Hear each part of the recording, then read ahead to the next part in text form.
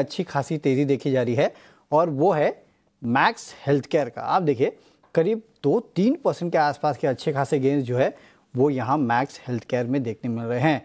तो max health care की better health का क्या कारण है ये जानने के लिए चलते हैं मानसी के पास। मानसी, क्यों है इसकी सेहत दुरुस्त? देखिए, एक तो फार्मा स्पेस को तो आप भी काफी बारीकी से ट्रैक करते हैं और ब्रोकरेजेस के रिपोर्ट्स और कंपनी के मैनेजमेंट जो है वो काफी कॉन्फिडेंट है इनके बिजनेस और ग्रोथ प्लान्स को लेकर। शेयर में आज हम करीब 2% की तेजी देख रहे हैं, लेकिन पिछले 5 ट्रेडिंग सेशन में करीब 6% का इजाफा स्टॉक में देखा जा चुका है। जेफरीज की एक पॉजिटिव रिपोर्ट आई है, खरीदारी की राय इनकी थी, ये राय इन्होंने बरकरार तो रखी है।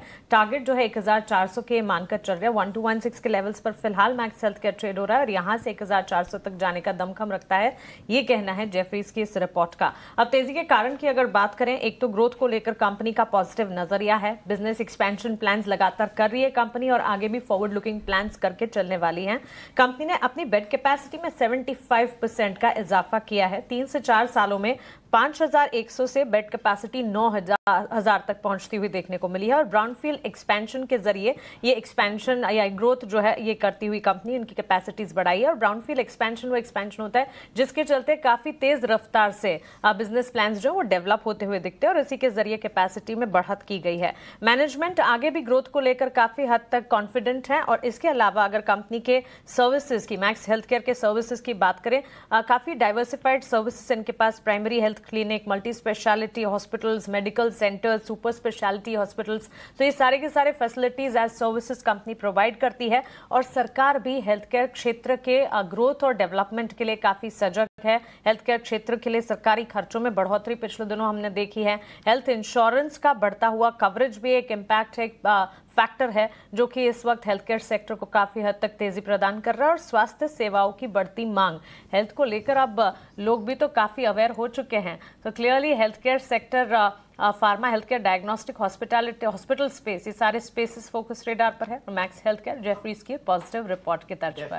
तो जेफरीज की पॉजिटिव रिपोर्ट है। हाँ, आपने सही कहा, अपनी हेल्थ को लेके लोग आजकल काफी कॉन्शियस हो चुके हैं। लोग छुट्टी ले लेते हैं हेल्थ सुधारने की। पता है किसने ले ली? ये कह रहे थे कि प्रशांत, कल बहुत सारे दर्शक जो है वो टिप्पणी कर रहे थे कमेंट बॉक्स में कि अरे वो प्रशांत जी की बुलंद आवाज आज सुनने को नहीं मिल रही है। मैंने कहा बुलंद आवाज को मेंटेन करने के लिए भी थोड़ा ब्रेक चाहिए होता है। अच्छा, हेल्थ का ध्यान रख रहे थे प्रशांत। हाँ, तो जाहिर सी बात है हेल्थ का ध्यान सबके सब रख रहे हैं और इसके लिए शायद पूरा का पूरा हेल्थ केयर स्पेस जो है वो तेजी में है। बहरहाल शुक्रिया मानसी, ये पूरा अपडेट हम तक पहुंचाने के लिए मैक्स हेल्थ केयर के बारे में। चलिए इस शो को रैप अप करेंगे और राजेश जी सबसे पहले कोई डिस्क्लोजर देना चाहेंगे आप?